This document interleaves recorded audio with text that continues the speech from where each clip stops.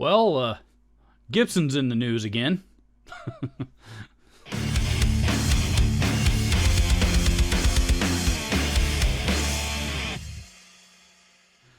Oh boy, this time they apparently, allegedly, have shut down Jericho guitars somehow.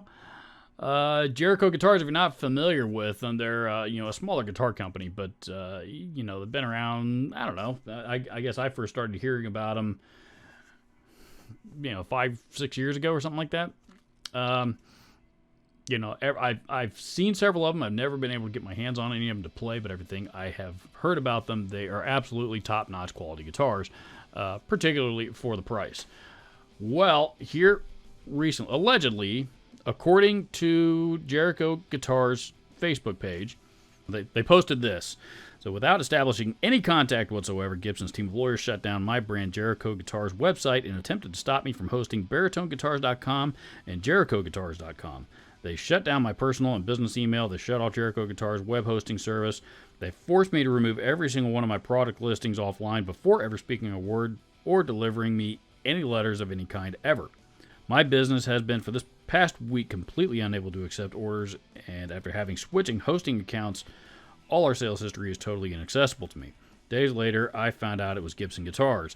This is a company I once looked up to who was actually responsible for deleting the schedule to my kids' gymnastics games over a shape, and then had the nerve, 1 week later, demand I give them receipts for my sales, as if they can just harass and intimidate other brands into taking what they want. I own baritoneguitars.com, baritone-guitars.com, and the brand Jericho Guitars. I will not be scared into handing over my property.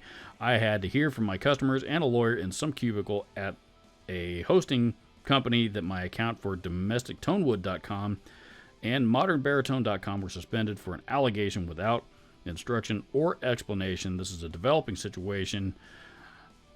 Dave Musselman, CEO and president of Jericho Guitars.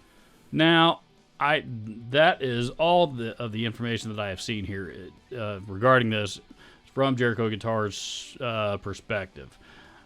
Now, I have not seen anything from Gibson on the other side of this.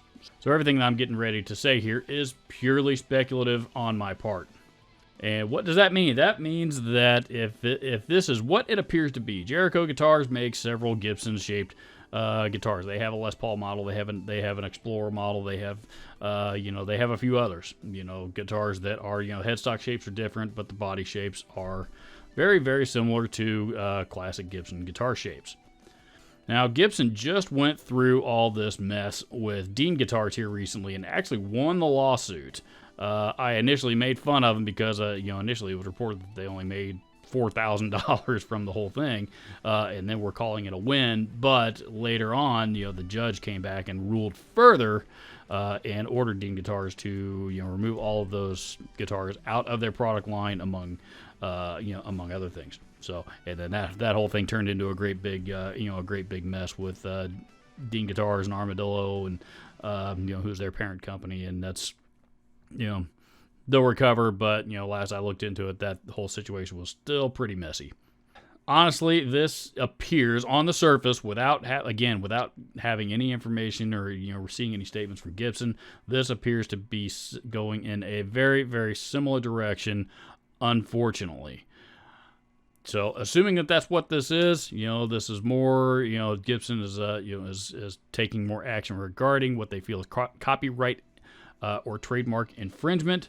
While I understand their side of it, and they have to protect their intellectual property as any large corporation does, I am not going to fault them for that. However, the guitar community is a pretty tight-knit community, and you've got everybody that loves to work together for the most part, with the exception of the big boys, Gibson in particular.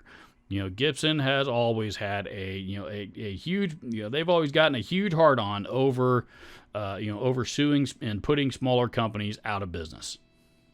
And, I really hope that that's not what happens here because, Jericho Guitars, again, well, I'd never played them. I'm not familiar with them. I think we need smaller guitar companies that are doing what they are doing, which are building very good quality guitars for prices that most guitar players can afford. Because let's face it, Gibson, their standard line stuff and up, that's out of the price range of most guitar players these days.